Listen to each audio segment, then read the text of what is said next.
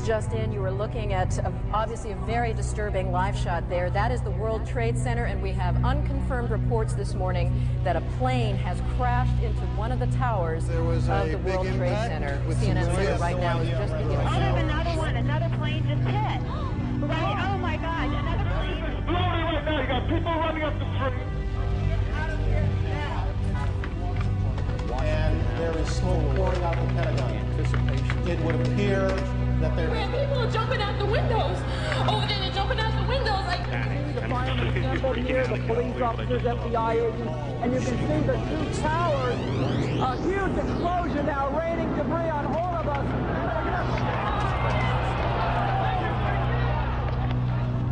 Another plane has crashed, this one about 80 miles south of Pittsburgh.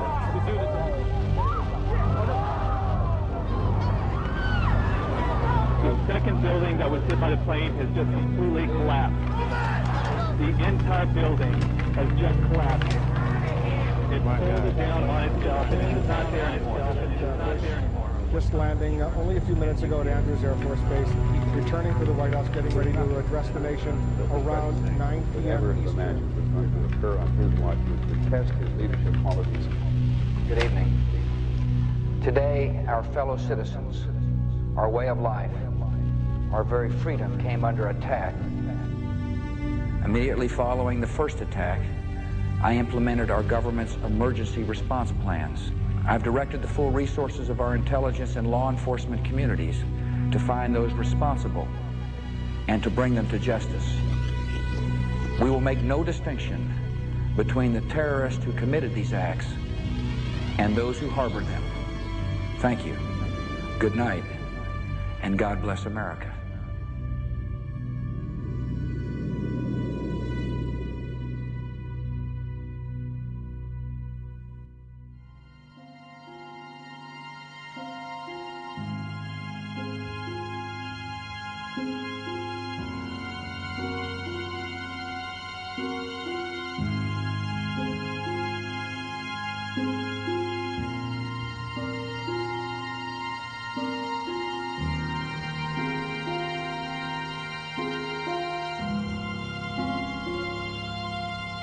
My name is Laurie Van Auken. My husband, Kenneth Van Auken, was killed on September 11th at the World Trade Center. He was on the 105th floor of the North Tower, which was the first building that was hit and the second building to collapse.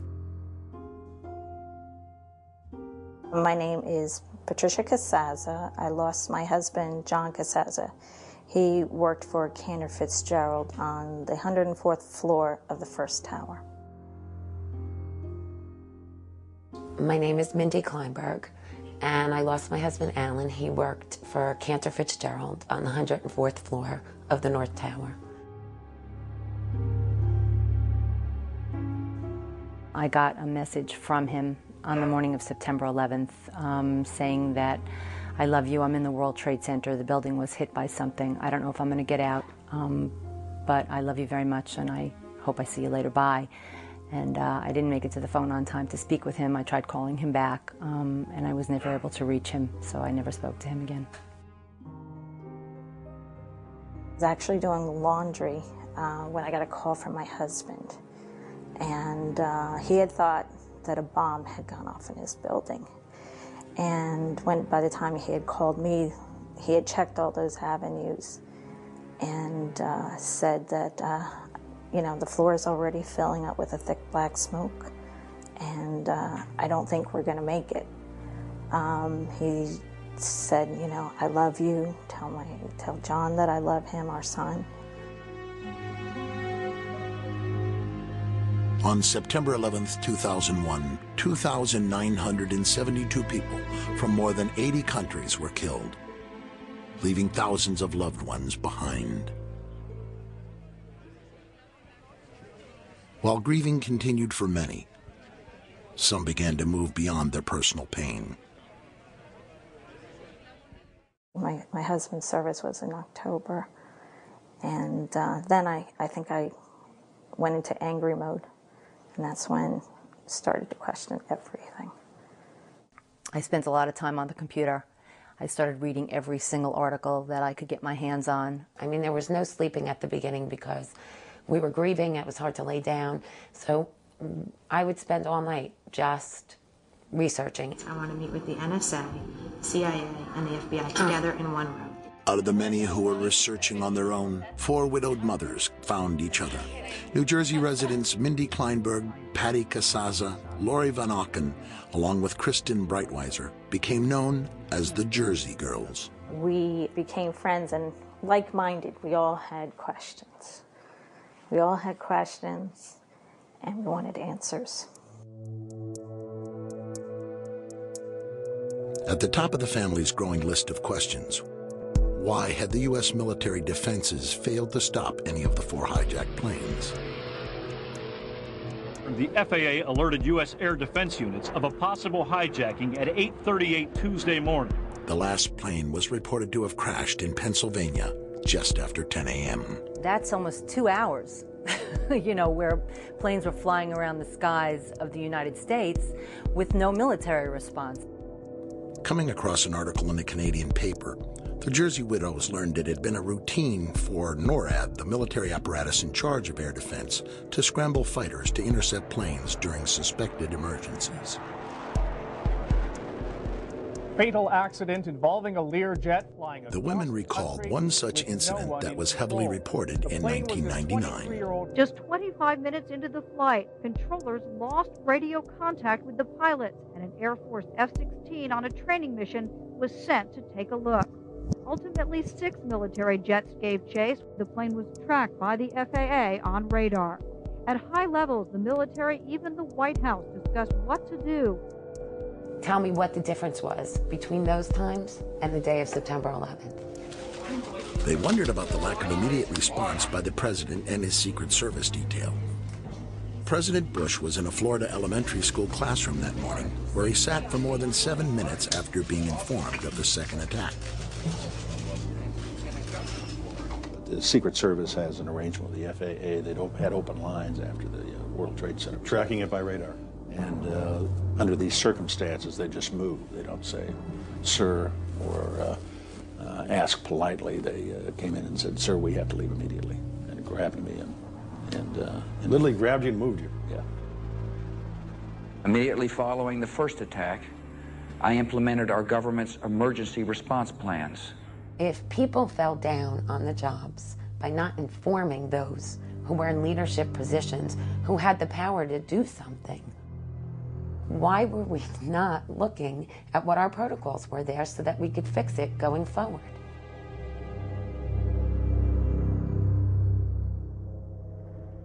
Our families didn't want us asking these questions. That was painful. We should, you know, just be grieving and healing.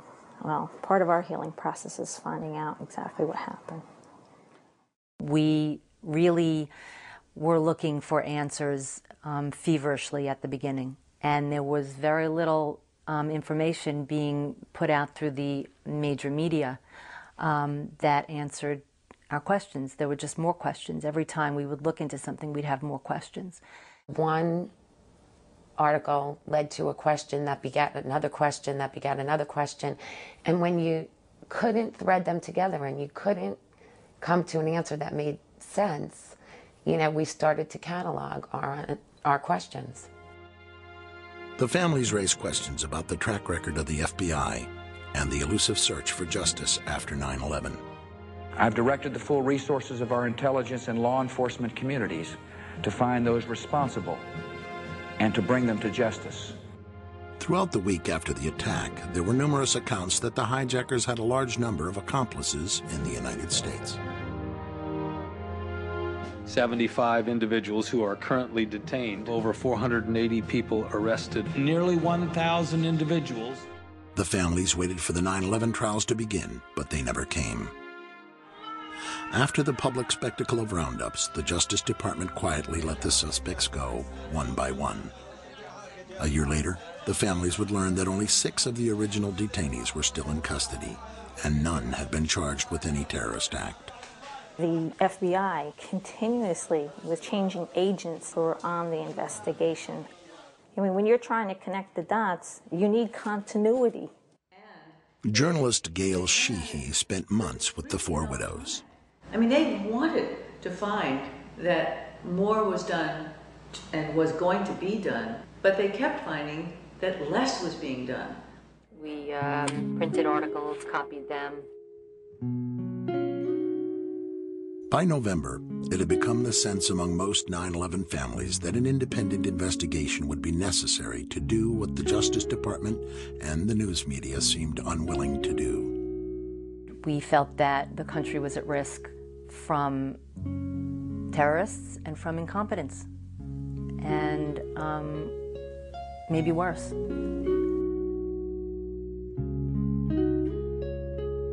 They'd get a little outside Washington, they'd stop a red light, and they began wriggling out of their capri pants and putting on their nice little skirts and suits so they could go around all the offices of Congress, bedevil these members of Congress and say, what are you doing about this? Soon, a 9/11 Commission bill was being sponsored in Congress. Senator Tom Daschle said last week that you called him several times and urged him not to investigate the events of September 11th. Tom's wrong. He has, I think, in this case, well, let's say a misinterpretation. He said on one occasion that the president asked him to do that at a breakfast meeting. Are you now saying that they weren't asking to block an investigation? Lori was an independent. Mindy was definitely a Democrat. Actually, Kristen and myself voted for President Bush in the first election. And yet, even though he should have been our biggest advocate, he turned into one of our biggest adversaries.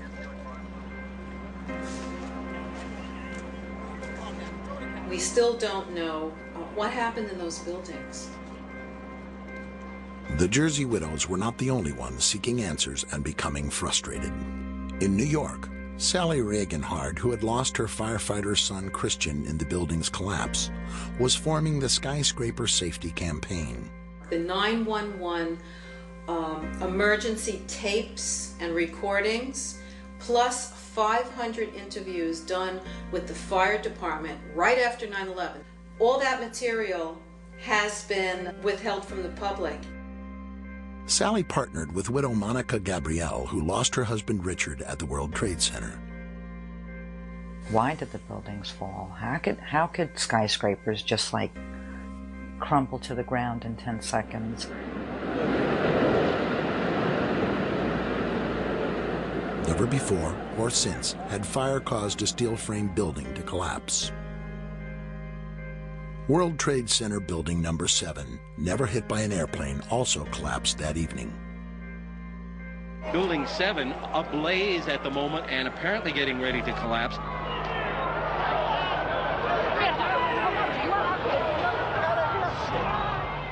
The largest structural collapse in world history, the largest loss of life on American soil since the Civil War, and not one governmental or elected official wanted to know why and how this happened.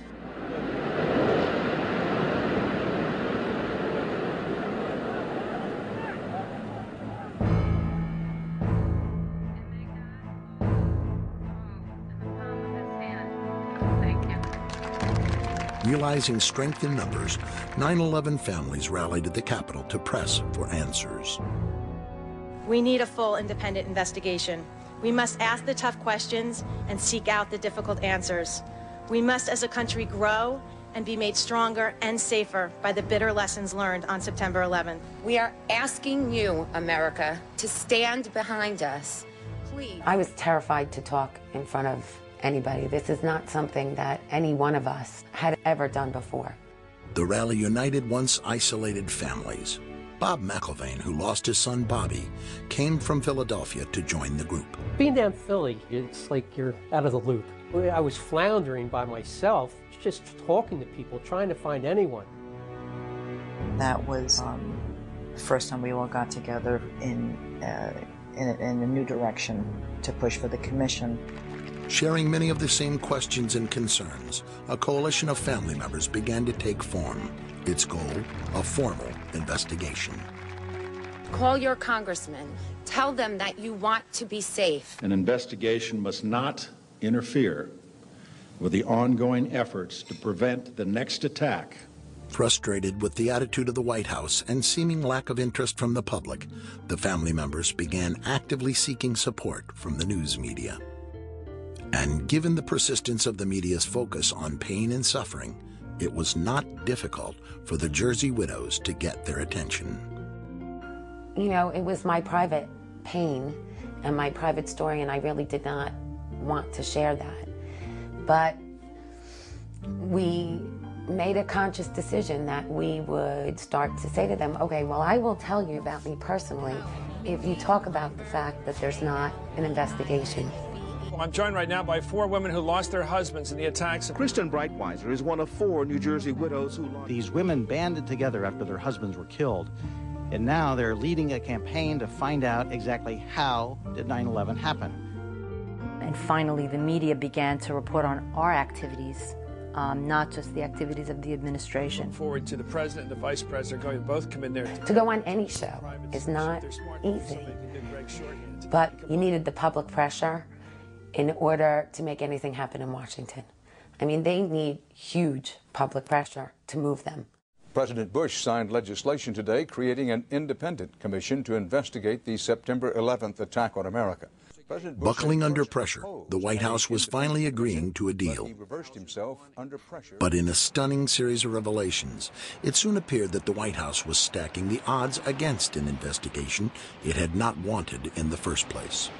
The president named a supporter, Dr. Henry Kissinger, Secretary of State in the Nixon and Ford administrations, to head the panel. He has a penchant for secrecy, which is not what's needed here. There are questions about his role in Vietnam, his role in the coup in Chile. Several family members approached Kissinger and requested a meeting at his office in New York. Prior to the meeting, Kristen Breitweiser conducted a thorough investigation of Kissinger's potential conflicts of interest. Probably much to the chagrin of some of the people in the room, Lori asked some very pointed questions. Would you have any Saudi American clients that you would like to tell us about? And he was very uncomfortable, kind of twisting and turning on the couch. And then she asked whether he had any clients by the name of Bin Laden. And he just about fell off his couch. Former Secretary of State Henry Kissinger stepped down from the position Friday. We thought the meeting went well. I wouldn't want to be in the way of some of these families. I mean, they're... Kissinger was soon replaced by Tom Keene, a former New Jersey governor, and former Congressman Lee Hamilton, who had chaired the House Intelligence Committee. The remaining 8 commissioners were all former D.C. insiders and lawyers, evenly split between Republicans and Democrats. Remember, in the 90s, they spent $100 million investigating Clinton's sexual exploits. $100 million. And they first allocated only $3 million to investigate the murder of 3,000 people. The budget was eventually raised to $14 million, but the investigation was also given less time than they had wanted, a year and a half. To monitor the commission, leading victim relatives established the Family Steering Committee. The group provided the commissioners with hundreds of well-researched questions for which they expected answers.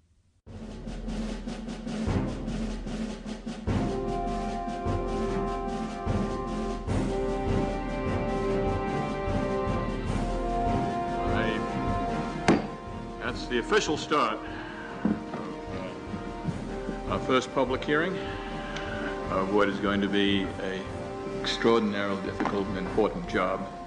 In March of 2003, 441 days after the attacks, the official investigation began in New York. Mindy Kleinberg from September 11th Advocates.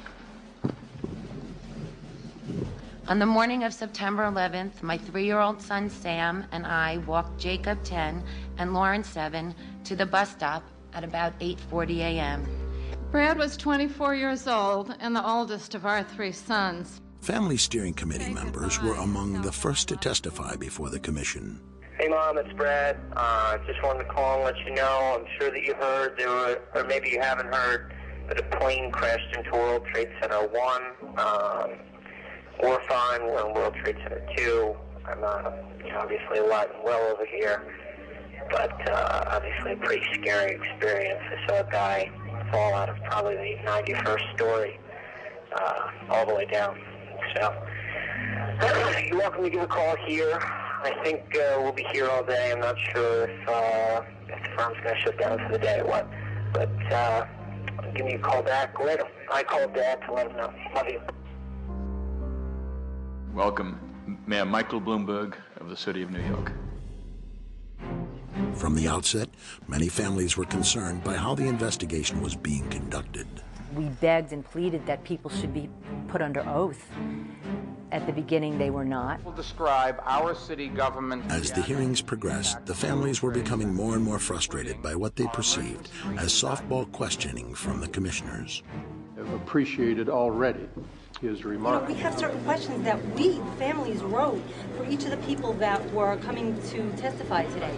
And the questions weren't asked. Complete waste of time. It was a bunch of people throwing accolades at each other and asking the same questions one after the other. Skirting around issues, not being defined enough in their questions. It's a stonewall. It's a cover-up. As far as I'm concerned, I'm very bitter. I'm very angry. Still, no one was prepared for what they then uncovered about Philip Zelikow, the executive director of the 9/11 Commission. He who had the power to say where the investigation was going, who would be interviewed, what would go into the 9/11 Commission report, what wouldn't. We have found out that he not only served on the transition team of the Bush administration, that he was a person who wrote a draft memo for the setup of the Bush administration's National Security Council, that he was an individual who wrote the preemptive war strategy that was eventually used for the war in Iraq, that he is a close friend of Condoleezza Rice's. We want him to resign. Philip Zelikow refused to resign, and Chairman Keene dismissed the family's concerns over conflicts of interest. Nearly a year in, the commission had only received a small amount of the documents that they had requested. At this point, what we have is literally hundreds of boxes of materials that have come into the commission, and we have not sorted through that. They gave them boxes and boxes of documents, but not left pertinent documents out. A deal announced yesterday between the White House and the commission investigating the September 11th attacks is proving to be rather controversial. Under the agreement, only certain members of the commission will be allowed to review classified documents from the White House, and their notes will be subject to administration review. I mean, I'm a member of the commission. The president has said only a minority of the commission can see a minority of the documents, and then they have to clear what they're going to say to the rest of the commission with the White House. The only two commission members allowed direct access to the documents? Jamie Gorelick, the Deputy Attorney General under President Clinton, and Philip Zelikow. I felt that the fix was in at that point in time. The majority of the commission felt that it was better to see these documents rather than take a chance of not seeing them at all. It's a scam. It's absolutely disgusting. This is important. We cannot do our responsibilities if we don't have all of us access to all the documents we need, including what's in the White House. And with the investigation nearing its deadline, the President, Vice President, and National Security Advisor were still refusing to testify publicly. Yet few Americans were aware of the family's plight. Up till then, the hearings had received only minimal coverage. Suddenly, that all changed. In testimony before the 9/11 Commission later this week, and in a new book to be published tomorrow, Against All Enemies, Clark will tell the story of what happened behind the scenes at the White House before, during, and after September 11th. To the loved ones of the victims of 9/11, your government failed you. Those entrusted with protecting you failed you. And I failed you. Mr. Clark is the first person that has apologized to the families. Clark's testimony provided the families with the timely leverage they needed to increase public pressure on reluctant White House witnesses. The Bush administration will allow National Security Advisor Condoleezza Rice to testify publicly before the 9/11 Commission. For President Bush, it was a dramatic reversal. I've ordered this level of cooperation because I consider it necessary to gaining a complete picture of the months. And even the President and Vice President agreed to meet with the Commission, but with a catch. They insisted on meeting together behind closed doors and not under oath. President, why are you and the Vice President insisting on appearing together before the 9/11 Commission? Because the 9/11 Commission wants to ask us questions. That's why we're meeting, and I look forward to meeting with them and answering their questions. Why you're appearing together rather than separately, which was their request? Because it's a good chance for both of us to answer questions that the 9/11 Commission is looking forward to asking us, and I'm looking forward to answering them. Let's see. We have to have one story, so I'll say part, and if I get it wrong, hedge a little bit and give me the next. I want to thank the chairman and vice chairman for giving us a chance to share views on on different subjects. And they had a lot of good questions, and I'm glad I did it. I'm glad I took the time. What topic did the commissioners want to spend most of the time on? It's probably best that I not go into the details of the conversation. The president and vice president of the United States, don't you think they should be able to stand up and speak their own words? They should go under oath. They should be, yeah. In public. Don't you think that the families deserve to have a transcript or to be able to see what you Adam, said? you asked me that question yesterday. I got the same answer, yeah. In July 2004, the Commission published its final report, the result in part of the family's 2.5-year struggle for answers. 2.5 million pages of documents. We've interviewed over 1,200 individuals, including experts and officials past and present.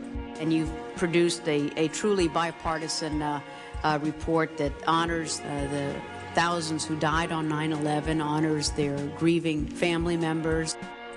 Thank you for creating a report that may be one of the most important publications of our age. Commission members have worked hard and served our country well. I speak for all Americans in thanking them for their fine work. We, waited for the report to come out and were hopeful. I was always hopeful that we would get a report that answered my questions.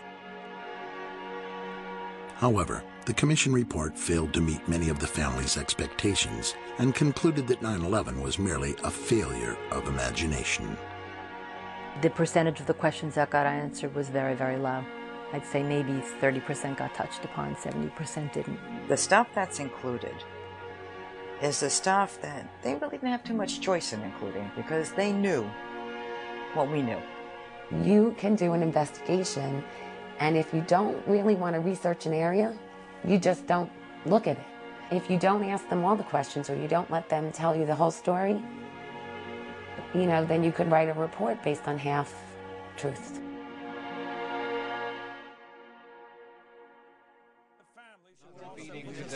What is their feeling? Are the people who lost loved ones at 9/11 like the families of guys who were lost in Vietnam? They just can't get over it. Sometimes people try to become crusaders because they can't deal with reality.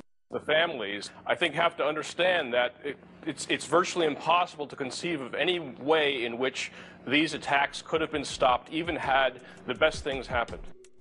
On 9/11, the media started out by doing its job and somehow got waylaid and stopped doing its job. It began reporting solely on the administration and the government's activities.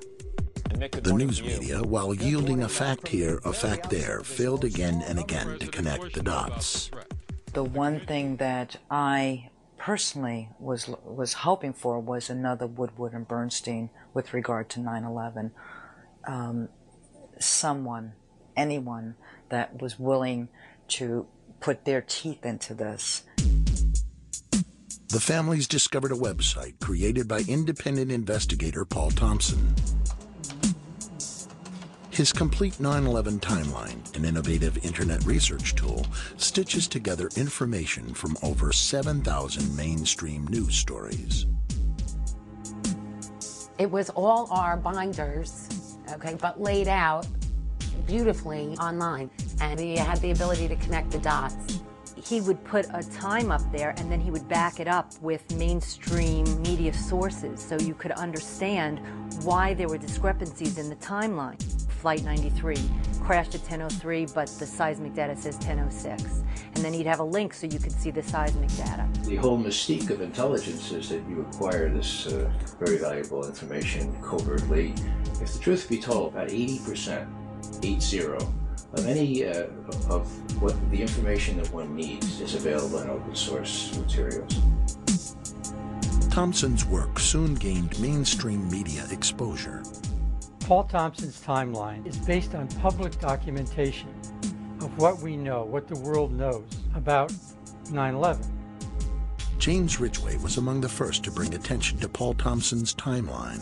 You know, it has to be almost taken more seriously than the 9/11 Commission, because, I mean, it's open. There's nothing secret here. As I began researching, I noticed this curious phenomenon, which is that there's a lot of explosive information that has come out in the mainstream press, but it comes out buried. As a casual observer of the news, I'd never noticed any of this stuff. You might find one important bit of information in, say, a newspaper story, and another bit of information on a news show. And if you start to put all those rather obscure stories together, you end up with an almost completely different narrative. For just about any area relating to 9/11, the story is quite different if you dig deeper into the news. Best in the world. And clearly, something yesterday took place in New York that was not foreseen, that we had no specific information about. Like most Americans, Thompson initially didn't question the Bush administration's first statements about the attacks. The administration consistently maintained that there were no warnings or specific threats. No specific threat involving really a domestic operation or involving what happened, obviously, the city's airliner and so forth. There were no warning signs that I'm aware of that would indicate this type of operation in the country. I first became interested in 9/11 around mid-2002, right around the time that President Bush's now famous August 6th PDB became leaked to the press. President Bush was told in August that Osama bin Laden might be planning an attack involving the hijacking of U.S. aircraft.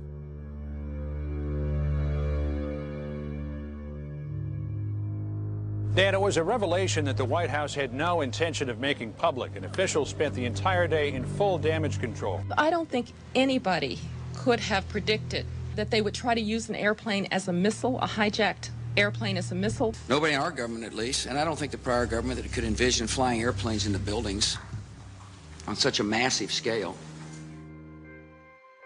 His interest peaked.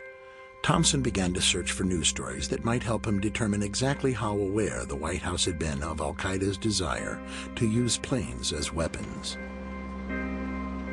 He was quickly able to compile a wealth of examples that any journalist should have been able to find. One of the earliest dates back to 1995. It was codenamed Operation Bojinka, a terrorist plot to use commercial planes to attack U.S. targets. Ramzi Youssef, the bomb maker responsible for the 1993 World Trade Center bombing, had fled the Philippines, where police discovered his bomb factory. Youssef again escaped, but his accomplice was arrested and spilled the chilling plot. Operation Bojinka, a plan to blow up multiple airliners over the Pacific, was heavily reported, but Thompson noted most journalists failed to mention the second aspect of the plot. Only CNN International dug deeper into this story. In confidential documents from the Philippines obtained by CNN, the plan was clear. He will board any American commercial aircraft, control its cockpit, and dive it at the CIA headquarters. Other buildings targeted the Pentagon and the World Trade Center. And the FBI, using the Philippine documents, did check the 4 flight schools named there, but found no evidence of any other planned terror attacks. Only NBC reported a stunning confession by a man allegedly trained by bin Laden. It was over a year before 9/11, a Pakistani-British man told the FBI an incredible tale, that he'd been trained by followers of Osama bin Laden to hijack airplanes, and he confessed he was now in America to carry out an attack. Khan was recruited into al-Qaeda at a British mosque, then flown to Lahore, Pakistan for hijack training in a Mach 767 cockpit before being sent to America, where he was told he would hijack a plane from JFK and fly it into a building. I told him before the 9/11 about more than a year we hijacking in America airline. Khan claims he got cold feet. Instead of meeting his contact, he slipped away, gambled away all his money, and in fear turned himself in and confessed. I've been to Pakistan. I know about this hijacking, something going on. NBC News has learned Khan passed not one, but 2 polygraphs. A former FBI official says Newark agents believed him, but word came from headquarters, quote, return him to London and forget about it. Access to this exclusive footage from NBC is now restricted. July 2001, according to 60 Minutes, Egyptian intelligence received a report that 20 al-Qaeda had slipped into the U.S. and 4 of them had trained on Cessnas. Now, to the Egyptians, pilots of small planes didn't sound terribly alarming, but they passed on the message to the CIA anyway, fully expecting Washington to request more information. The request never came. In fact, Thompson compiled stories about 14 different nations that had warned the U.S. prior to 9/11. You could have one story that comes out on the front page and another story that comes out on page B12. And what I found is that many times the story that comes out on B12 is more important than the story that comes out on the front page. March. Italian intelligence gave information to the U.S. based on their wiretap of an al-Qaeda cell in Milan. The LA Times and the Washington Post said the wiretaps warned of brothers going to the United States and a massive strike involving aircraft. August. According to Moroccan and French newspapers, an intelligence agent reported that bin Laden's men were preparing large-scale operations in New York in the summer or fall of 2001. The agent was then called to the U.S. to report this information directly. August. Britain warned 3 times of an al-Qaeda attack in the U.S., the final warning specifying multiple airplane hijackings. According to Britain's Sunday Herald, the warning was passed on to President Bush a short time later. It's unknown how many of these warnings, reported but buried in back pages, reached the White House through official channels. But one threat assessment is well known to have reached President Bush directly. It was known as the Presidential Daily Briefing, or PDB, of August 6th. The Bush administration kept it from the public for months until it was revealed in part by the CBS News in May 2002, putting the White House on the defensive. All of this reporting about hijacking was about traditional hijacking. You take a plane, people were worried they might blow one up. I'd like to ask you about the August 6th PDB. Sure. You mentioned it. 2 years later, President Bush responded to questions about what led him to request the August 6th briefing. Yeah. Ed, I asked for the briefing. And the reason I did is because there had been a lot of threat intelligence from overseas. And so part of it had to do with the Genoa G8 conference that I was going to attend. 8 of the world's most powerful leaders gathered here to discuss global problems. And yet the threat of violence means they're having to keep the world at bay. Just prior to the G8 summit, CNN.com reported the head of Russia's Federal Bodyguard Service has warned of a plot by terrorist Osama bin Laden to assassinate George W. Bush. The LA Times reported U.S. officials were warned of a threat posed from the air by commercial airliners. It's terrorists as well as protesters the Italian government fears, so anti-aircraft batteries were on standby at the airport. Condoleezza Rice was present there, President Bush, Ari Fleischer, Karl Rove, President Bush's own family. They were going to sleep on a boat so that a plane couldn't go into a building. This floating resort will be home for 3 days for the G8 leaders, necessary for their safety.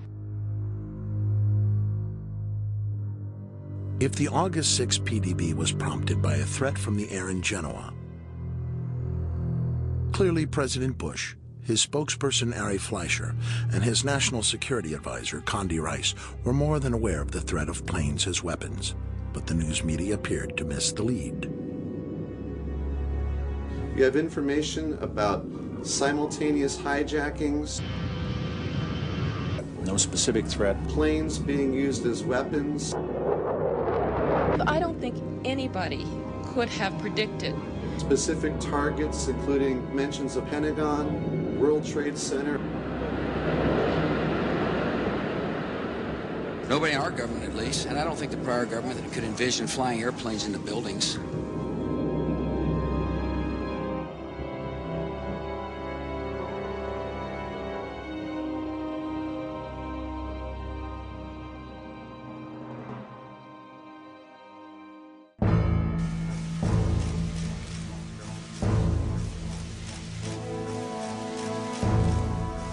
Dr. Rice, would you please rise and raise your right hand? You swear or affirm to tell the truth, the whole truth, and nothing but the truth. In April 2004, public pressure finally forced the White House to allow Dr. Rice to testify before the 9/11 Commission to answer questions about the PDB and the nature of warnings given the administration. The threat reporting that we received in the spring and summer of 2001 was not specific as to time, nor place, nor manner of attack. Almost all of the reports focused on al-Qaeda activities outside the United States. This sat in stark contrast to the warnings well documented in Thompson's timeline. What the August 6th PDB said, and perhaps I should read it to you. We would be happy to have it declassified in full. When she was testifying, one Ben Venice was really trying to get into the nitty-gritty. Did you tell the president at any time prior to August 6th of the existence of al-Qaeda cells in the United States? First, let me just make certain. If you could just answer that question, first, because I only have a very limited... I understand, Commissioner, but it's Did you tell the important that I also address... It wasn't like a trial. You couldn't grill these people till you got the answer. I really don't remember, Commissioner, whether I discussed this with the President. Just let me move on, if I may. There were no specifics. What about August 6th? What did August 6th memo say? And then she would start going off. It was historical information based on old reporting. There was no new threat information, and it did not, in fact, warn of any coming attacks inside the United States. And what was the title of the memo? I believe the title was Bin Laden Determined to Attack Inside the United States. Now, the PDB... 2 weeks later, the White House finally declassified the PDB. There's lots of examples where it's a domestic threat. Bin Laden told followers he wanted to retaliate in Washington. You know, Bin Laden was planning to exploit the operatives' access to the U.S. to mount a terrorist strike. Abu Zubaydah was planning his own U.S. attack. Less FBI information since that time indicates patterns of suspicious activity in this country consistent with preparations for hijackings or other types of attacks, including recent surveillance of federal buildings in New York. That's present tense and domestic. Ari Fleischer came out right after September 11th and said there were no warnings. I watched him tell me there were no warnings, okay? I want to know why nobody has gone back and said, what did he mean? Howard Dean recently seemed to muse aloud whether you had advanced knowledge of 9/11. Yeah. Look, there's time for politics. And, you know, it's time for politics, and it's an absurd insinuation. The press has reported this one and that one, but they haven't really put it all together and said, God, how many different warnings did you get? How many different ways was this information coming at you? And why wasn't anything done about all these warnings? Why is the Attorney General of the United States doing all his air travel by specially chartered jet? The Justice Department cited what it called a threat assessment by the FBI and said Ashcroft has been advised to travel only by private jet for the remainder of his term. And on the night before the attacks, the president may have slept more soundly, knowing surface-to-air missiles were placed on the roof of the Sarasota, Florida resort where he was staying. Not a typical security procedure at the time. That same night, quote, a particularly urgent warning may have been received, causing some top Pentagon brass to cancel their scheduled flights the morning of 9/11. Why that same information was not available to the 266 people who died aboard the 4 hijacked aircraft may become a hot topic on the Hill. It never did. We took an oath not to talk about during the campaign, I think correctly so, to increase the capacity of that commission's report to be heard by the People's Congress. Now it's beyond the campaign, so the promise I had to keep this out of the campaign is over. So, Mr. President, you knew they were in the United States. You were warned by the CIA. You knew in July they were inside the United States. You were told again by briefing officers in August that it was a dire threat. Didn't do anything to harden our border security, didn't do anything to harden airport security, didn't do anything to engage local law enforcement, didn't do anything to round up INS and consular offices and say we have to shut this down, and didn't warn the American people. What did you do? Nothing, so far as we could see.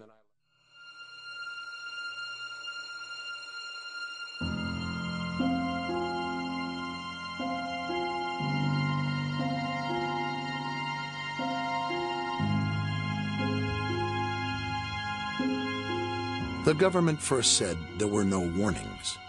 There were. Then the White House insisted the warnings were not specific as to where, when, or how. The 9/11 families and the timeline connected the dots where the media didn't. There were many warnings. Most were detailed, some were urgent, and yet little or no defensive action was taken by responsible officials, except for their own personal protection. The public was better informed in the summer of 2001. Lives would have been saved. Maybe the attacks wouldn't have been prevented. Lives would have been saved. My husband was in Tower 2. If he knew that it was a terrorist attack, he wouldn't have stayed in the building. When they were told that the building was secure and to stay at their desk, maybe they would have left. Maybe, those who thought that the first attack was an errant plane would have thought differently and responded differently. But again, we weren't given the information to make any of these decisions for ourselves. Even as the first tower burned on every channel that morning, no one on the federal level who had received warnings all summer called New York to order an evacuation of Tower 2. No one ordered fighters to perform any timely defensive action against the remaining hijacked planes. No one responded adequately to the crisis.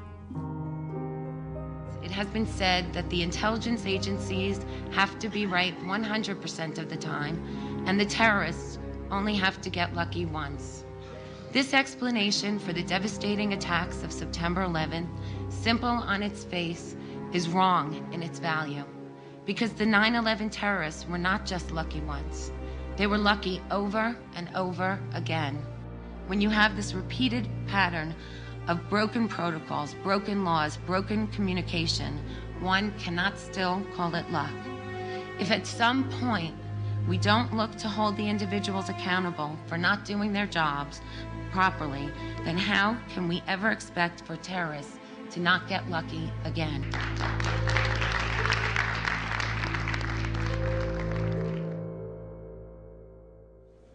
Mr. Speaker, the President of the United States.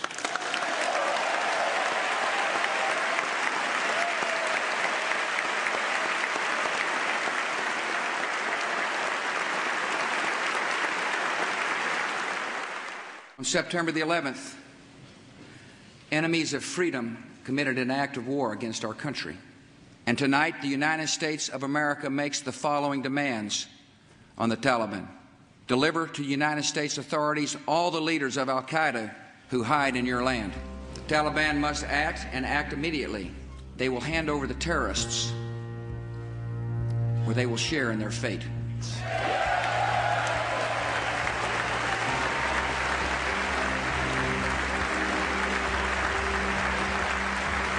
We have a live picture that we're showing from Kabul. American ground forces at this hour are penetrating Afghanistan. Mazar-e-Sharif apparently has been taken. We had reached to the outskirts of Kabul. One of Osama bin Laden's top lieutenants was killed. One of the infamous al-Qaeda caves. Plenty of room for some fighters to hide when the American bombs start to fall. Unbroken military activity attacking the White Mountains. Despite the crushing defeat of al-Qaeda forces at Tora Bora, U.S. military officials still don't know where to find Osama bin Laden. This is Tora Bora, the remains. The rest of the Afghan fighters are headed home. The caves of Tora Bora conquered, a terrorist shelter, now just a hole in the ground. The distinguished interim leader of a liberated Afghanistan, Chairman Hamid Karzai.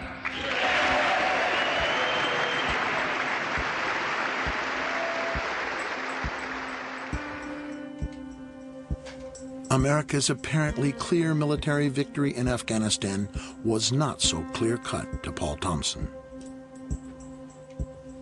The war ended very quickly, but in the end, the U.S. was only able to capture or kill one major al-Qaeda figure and no Taliban figures. You know, the fact is right now today, we don't have any high-ranking Taliban or al-Qaeda. We haven't really captured anybody, one or two on the fringe. His understanding of the government's actions before 9/11 now fundamentally changed. Thompson decided to take a similar look into what happened in Afghanistan. The press never looked very closely at how so many of these leaders were able to escape. However, if you piece together a number of different news accounts, we can begin to understand the story.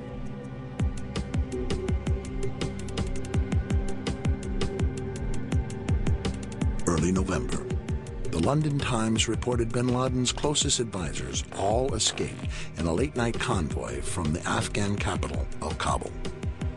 An eyewitness reported, "We don't understand how they weren't all killed the night before, because they came in a convoy of at least 1,000 cars and trucks. It must have been easy for American pilots to see the headlights." By the 10th, bin Laden had joined the convoy in Jalalabad. An intelligence official told Night Rider newspapers it was obvious that this area was to be the base for an exodus to Pakistan. We were amazed that nothing was done to prepare for it. On November 14th, the Northern Alliance captured Jalalabad. That night, 1,000 fighters and a convoy of several hundred vehicles escaped again, this time with bin Laden, driving hours to the fortress in Tora Bora. The U.S. bombed the nearby Jalalabad airport, but apparently did not attack the convoy. November 15th, at the cave complexes of Tora Bora, an estimated 1,600 of bin Laden's fighters are now surrounded. The most important battle of the war begins. U.S. warplanes are keeping a close eye on mountain passes. U.S. Special Forces are working with Pakistani troops on the border to block possible escape routes. While there were two main escape routes, Newsweek reported that the U.S. bombed only one. Using the other route, hundreds of al-Qaeda and Taliban, including senior leaders, escaped. In the wake of the attacks, eyewitnesses told Britain's The Daily Telegraph that they were shocked that the U.S. had surrounded Tora Bora only on 3 sides. Bin Laden walked out of the Tora Bora cave complex and into Pakistan with a number of loyal followers. Of course we're after Saddam Hussein, bin Laden. He's isolated. In August 2005, a story broke that gave Paul Thompson a missing piece of the puzzle. In an exclusive interview with Newsweek, the CIA field commander in Tora Bora during the invasion, Gary Burnson, broke his silence. He explained that his intelligence operatives had tracked bin Laden to Tora Bora. Mr. Bernstein feels so strongly about getting this story out and getting his book published that he actually resigned 2 years short of retirement from the CIA in order to publish his book. At the time of this interview, he was required to speak through his attorney until the CIA cleared his book for publication. At various points in time, they did have, to my understanding, definitive intelligence as to his general location within Tora Bora. I can't go into detail as to the actual sources of the intelligence and the collection methods because those remain classified. However, we had Osama bin Laden essentially cornered in Tora Bora, and for whatever reasons, we did not do what was necessary in order to ensure that he did not escape. The goal has never been to get bin Laden. Obviously, that's desirable. It's interesting. I just read a piece by some analysts that said you may not want to go after the top people in these organizations. You may have more effect by going after the middle managers because they're harder to replace. Toward the end of the war, when all eyes were on Tora Bora, the news media missed another major story. Again, thousands of Taliban and al-Qaeda escaped without drawing U.S. fire, this time from the northern city of Kunduz. The Taliban's only stronghold in the region has all but fallen to the forces of the Northern Alliance. Once again, the door was left open for escape. Our side in that battle had the enemy surrounded. There were a reported perhaps 8,000 enemy forces in there. Oh, they had the cream of the crop of al-Qaeda caught. Journalist Seymour Hersh later broke this story in the New Yorker magazine, briefly sparking TV news coverage. And from there, all of a sudden, one night around Thanksgiving, in the middle of the siege, an air corridor was set up between Kunduz and northern Pakistan, and at night, Pakistani relief planes regularly flew through that corridor. It was a very orderly, organized thing that armed men would stand on the tarmac waiting for a flight that would come in, and then they would be taken out. Took as many as 4,000 or 5,000. They were not only al-Qaeda, but maybe even some of bin Laden's immediate family were flown out on those evacuations. It had to be done with the blessing of Musharraf, didn't Exactly, and of the United States. When I tell you it comes at the level of Don Rumsfeld, it has to. What we're describing here is something which would clearly be noticed by the United States. One or two, maybe not, okay? An airlift of these proportions, it certainly would. This is the most secure space on the face of the earth right now. If someone's moving over Afghanistan, the United States knows about it, clearly. No plane could fly from Kunduz to Pakistan without getting shot down unless we let it happen. And we let it happen, and I think there's just no other way to explain it. My take on it basically is the fact that there is some sort of a deal in place between the government of Pakistan and the United States.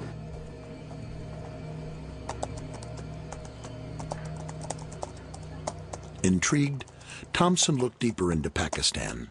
His timeline showed Osama bin Laden was reportedly last seen in Pakistan after escaping from Tora Bora. CBS News has exclusive information tonight. But thanks to an in-depth investigation by CBS, he also learned bin Laden was in Pakistan on the eve of 9/11. Bin Laden was spirited into this military hospital in Rawalpindi for kidney dialysis treatment. The military had him surrounded, says this hospital employee who also wanted his identity masked. They were saying that Osama bin Laden had to be watched carefully and looked after. We will make no distinction between the terrorists who committed these acts and those who harbor them. To better understand the ties between bin Laden and Pakistan, Thompson followed a timeline thread that began with covert Pakistan involvement in the Soviet-Afghan War 2 decades ago. In 1979, in the midst of the Cold War, the Soviet Union invaded Afghanistan. Throughout the 80s, the Soviets battled the Mujahideen, a group of anti-Soviet fighters that included bin Laden. The Mujahideen were backed by the Central Intelligence Agency, who hoped to give the Soviets their own costly Vietnam-type war.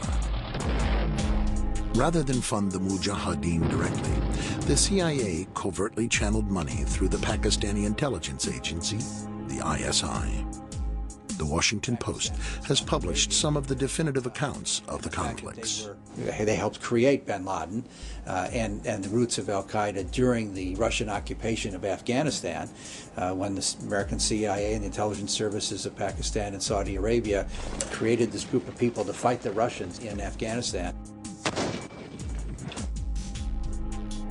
Billions of dollars from the CIA and the Saudis were passed through the ISI to support the war. The strategy worked, and the Soviets were defeated. The Taliban are widely alleged to be the creation of Pakistan's military intelligence, the ISI. Experts say that explains the Taliban's swift military successes. Emboldened by their victory and the influx of weapons and cash, the ISI helped to install the Taliban and deepen their ties to bin Laden and his terror network. Because there's really no difference between an ISI training camp for terrorism and an al-Qaeda training camp for terrorism. You would have some people working for al-Qaeda, and they would go out to an al-Qaeda mission, And we had other people working for the ISI, and they would go off to Kashmir on one of their missions. Thompson wondered if ISI involvement in terrorism included the attacks of 9/11.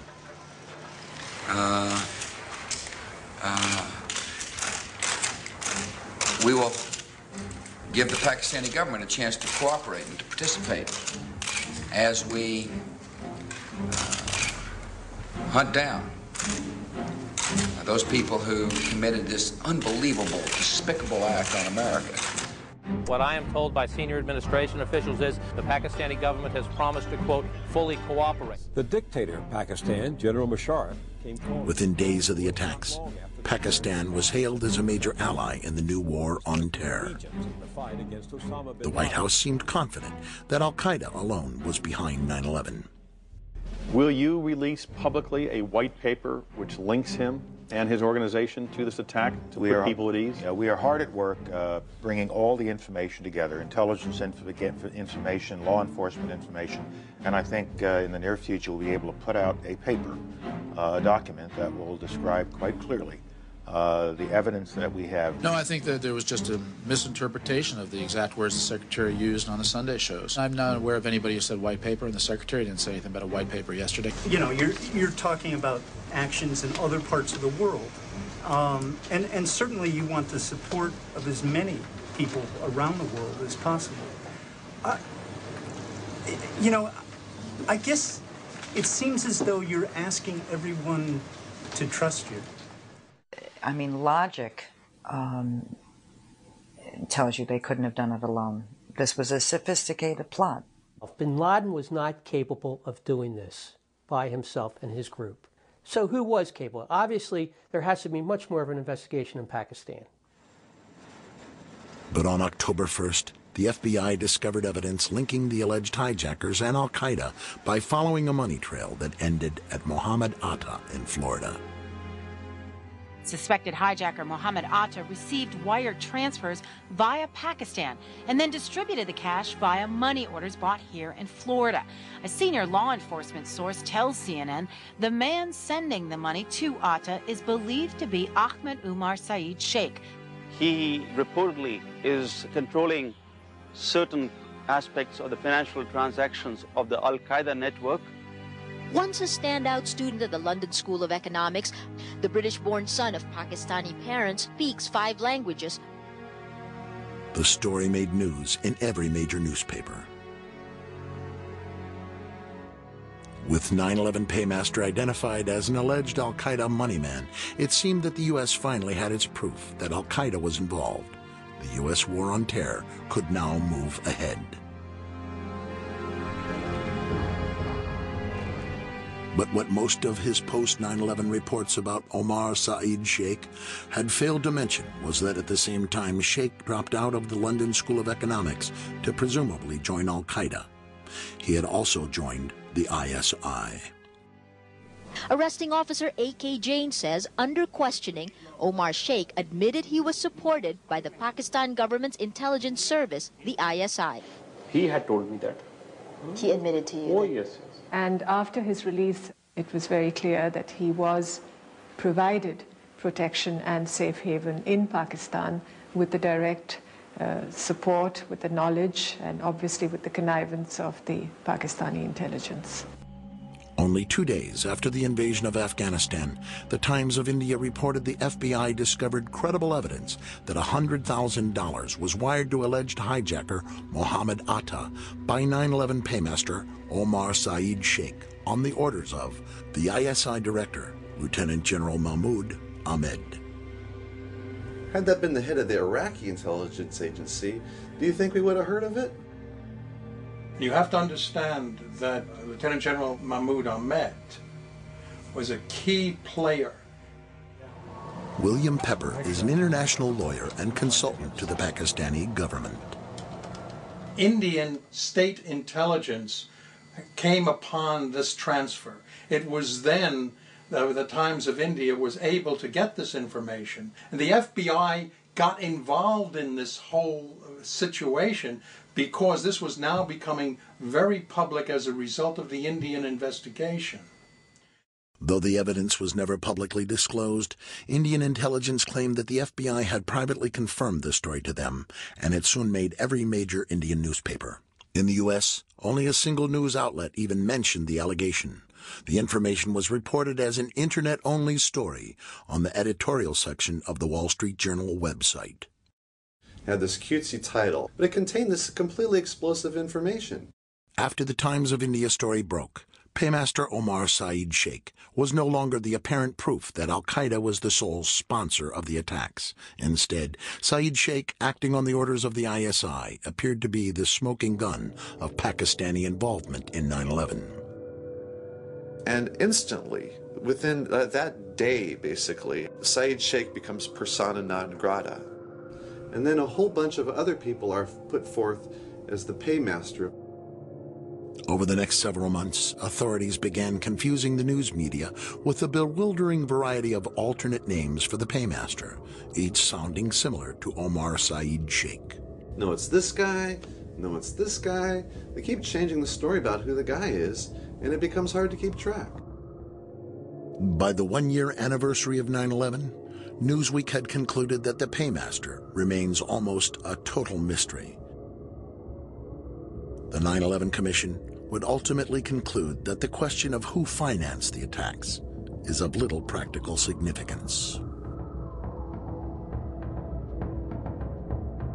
And in my opinion, it seems to be a bunch of smoke and mirrors to try to really hide the fact that there's money coming from the ISI going to the hijackers.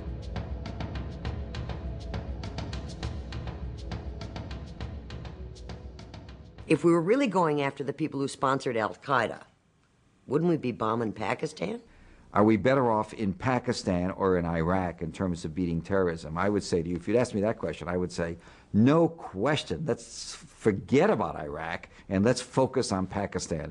There is no reason for the administration to continue to shield make-believe allies who are supporting either directly or indirectly terrorists whose goal is to kill Americans. And do you think that will ever become public? Which countries are talking about? It'll become public at some point when it's turned over to the archives, but that's 20 or 30 years from now. We need to have this information now because it's relevant to the threat that the people of the United States are facing today. And here the story took another unexpected turn.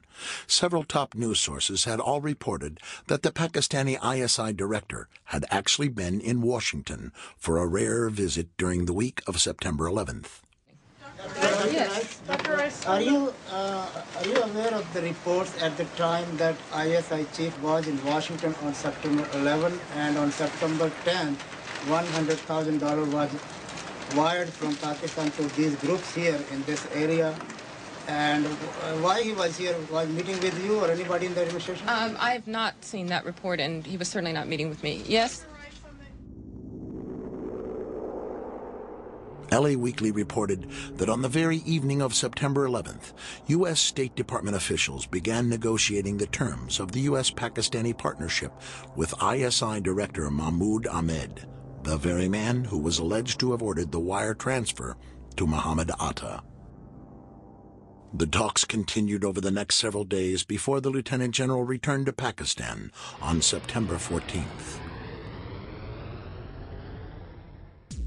But an undercover operative named Randy Glass says he can prove that USA officials knew about the ISI role in 9/11, even as they chose to partner with Pakistan.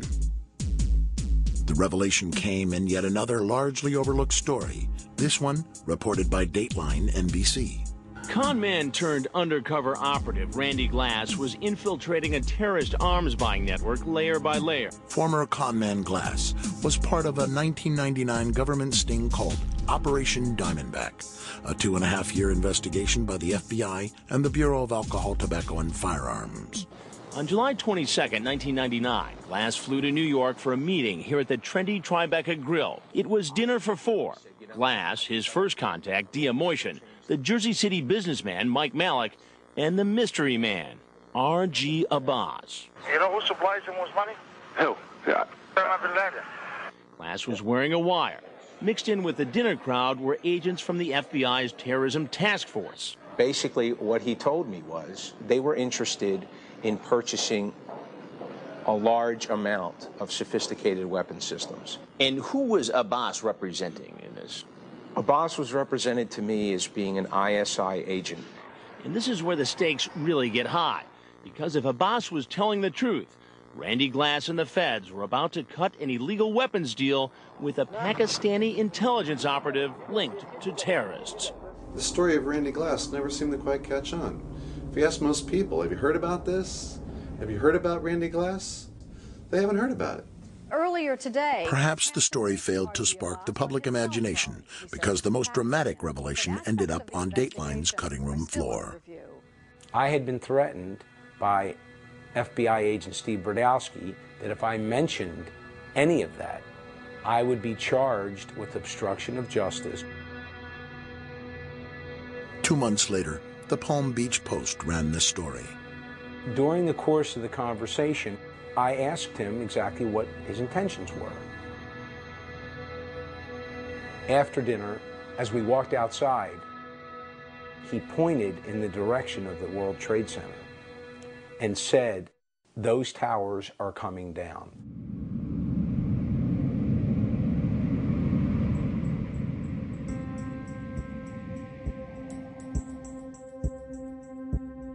I'm not suggesting from this that Pakistan is the quote-unquote solution to 9/11, because it's not. Pakistan is one part in a very complicated story. But the question to me is, who else was involved with Al-Qaeda? Was Al-Qaeda used as a tool? Just as in the 1980s, the Mujahideen were basically used by the US government.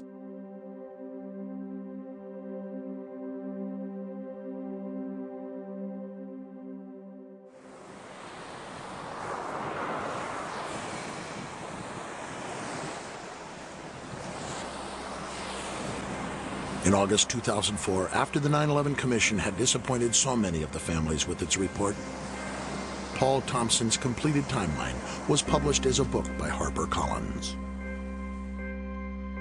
The recurring themes of Paul Thompson's timeline are clear: no accountability, few answers, and many missed leads. The sponsors of the attack yet to be confronted. Is the fact that there is some sort of a deal in place between the government of Pakistan and the United States. The men named as the culprits allowed to escape. But we haven't really captured anybody, one or two on the fringe. And the government officials who ignored warnings before 9/11 still in their positions. I don't remember the Al-Qaeda cells as being something that we were told we needed to do something about. Still, despite years of investigation and advocacy by the families and others, the official story of what really happened on September 11th remains little changed. What is democracy? You know, it's government by the people. It's a simple equation, okay? The biggest part of democracy is the media. They have to hold everyone accountable. You know, it would be impossible as a citizen to be up and informed on every single topic, because it took us thousands of hours of research in order to be informed enough to ask the right questions here. And that's where you need media, because you know what? Somebody has to be out there connecting the dots. And we don't have that.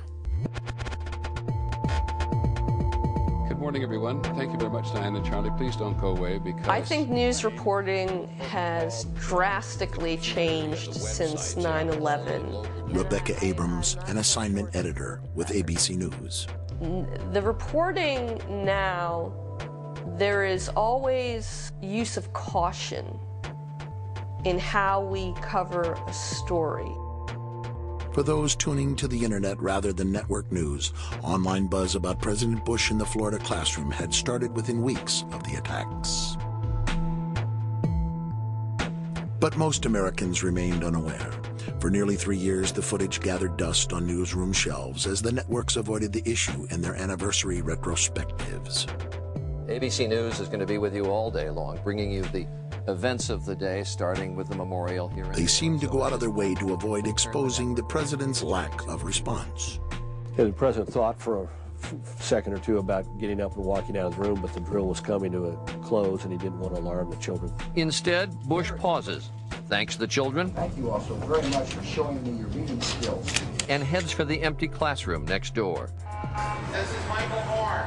Finally, into the void created by the news media glossing over the discomforting issues came filmmaker Michael Moore with his record-breaking film, Fahrenheit 9/11. Sharply critical of the administration, the film sparked controversy and fiery attacks on Moore himself, including during prime time at the Republican National Convention. Please, my friends. He's certainly not a disingenuous filmmaker. Why had it been left to McCain's disingenuous filmmaker to bring these questions to the American public? Fahrenheit 9/11, which is based a lot on our reports at BBC television on my book. ABC News has free access to everything we do at BBC television. We say, go ahead, run it. Run the story. You don't like the way Michael Moore does it? You think it's too polemical or biased? Fine. Run the hard news, buddy. It's on AP, it's Bulletin Crash. We are every day kicking and screaming in the newsroom, trying to get stories out. But we could do a story and it might not make air. You have someone from the corporation making the editorial decisions. These are not journalists. Another reaction from the administration now, and again, not exactly... With the stifling of dissent on the rise in America after 9/11, the tough questions were not asked, much less answered. You know, there was a time in South Africa that people would put flaming tires around people's necks if they dissented. And in some ways, the fear is that you'll be necklaced here. You'll have a flaming tire of lack of patriotism put around your neck. Now, it's that fear that keeps journalists from asking the toughest of the tough questions. So all this information keeps popping out here and there, but what happens is that no one wants to take the ball and run with it because all the information's there. If we could put it together and get it into the Washington Post as a 10-day series, and people are saying, unbelievable. The facts were dribbled out and over such an extended period of time that I think that effect was lost on the American public. The press should have been doing a better job of putting those conflicts, if you will, side by side in a cumulative report. But that's not the job of reporting. That's the job of editorial pages and politicians and others to make those kinds of judgments, and the public itself and the 9/11 relatives themselves to make those kinds of assertions. All we can do in our reporting is report facts. And we have reported those facts, and we have held those facts up against public statements at the time, which is why they know that that's what took place from our reporting.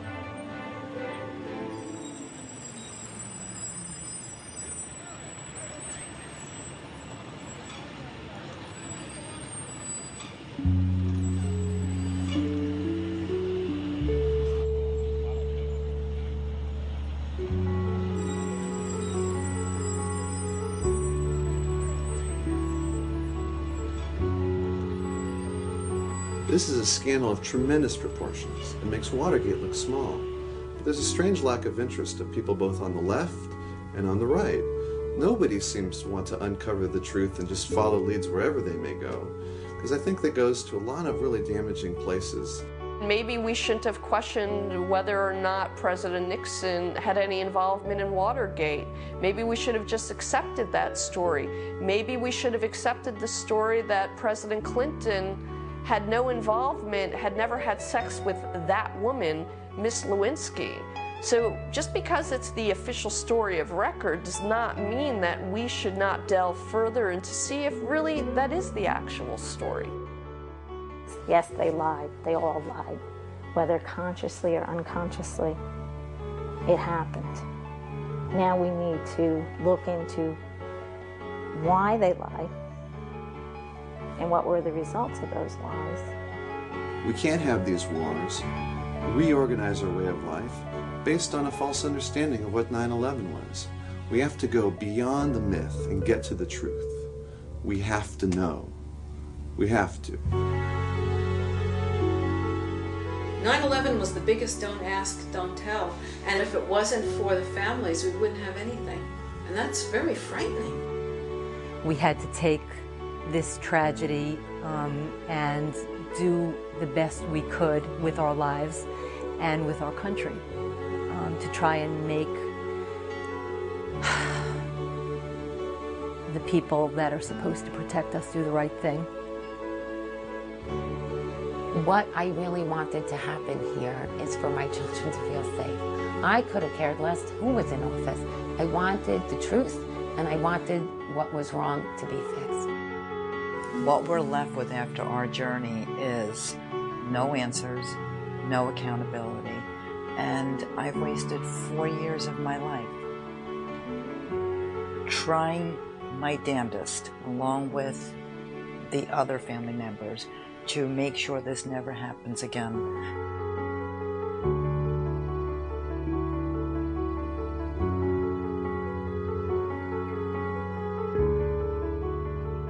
Let me just say something real quickly about my son, please. On the wall in his room, it said, "Knowledge is power." I am only doing this for one reason and one reason only, to carry on his legacy. I'm so pissed off at the American people. I'm so pissed off at this government because of this cover-up.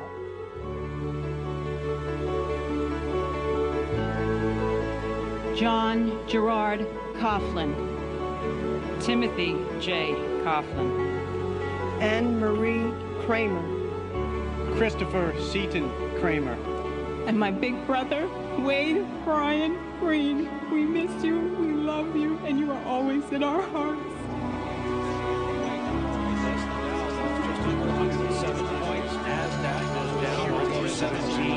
For this week's trading, the Dow lost more than 351 points. That's 3% of its overall value.